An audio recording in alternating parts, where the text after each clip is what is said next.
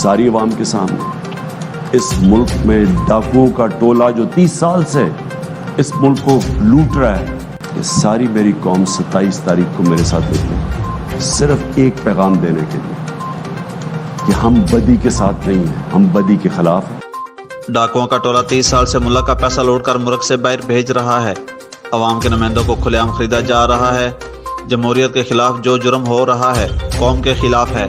वज़ीर-ए-आज़म इमरान खान का वीडियो पैगाम, कहते हैं किसी में जुर्रत नहीं होनी चाहिए कि वो हार्स ट्रेडिंग करके मुल्क और कौम को नुकसान पहुँचाए।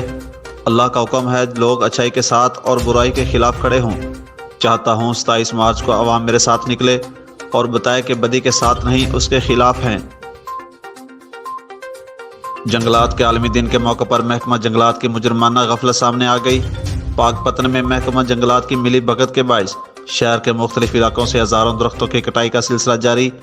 वर्ल्ड फॉरेस्ट डे के मौके पर जहां दुनिया भर में जंगलात की अहमियत का पैगाम दिया जा रहा है, वहीं पाकपतन में महकमा जंगलात की मिली भगत से सिकंदर चौक, बुंगा हयात व मुख्तलिफ राजबाओं से हज़ारों दरख्त गायब हैं, जबकि मुख्तलिफ हुक्काम खामोश तमाशाई बने हैं। आला हुक्काम ने जंगलात की कटाई रोकने के लिए संजीदगी का मुजाहरा ना किया गया तो दरख्तों की मुसलसल कटाई से ना सिर्फ जंगलात मैदानों में तब्दील होंगे बल्कि पाकिस्तान शदीद किस्म की मौसमियाती तब्दीली का शिकार हो सकता है। इलाहाबाद पुलिस की बड़ी कार्रवाई, बैनुल अज़लाई नासरी डकैत गैंग के 4 करिंदे गिरफ्तार कर लिए।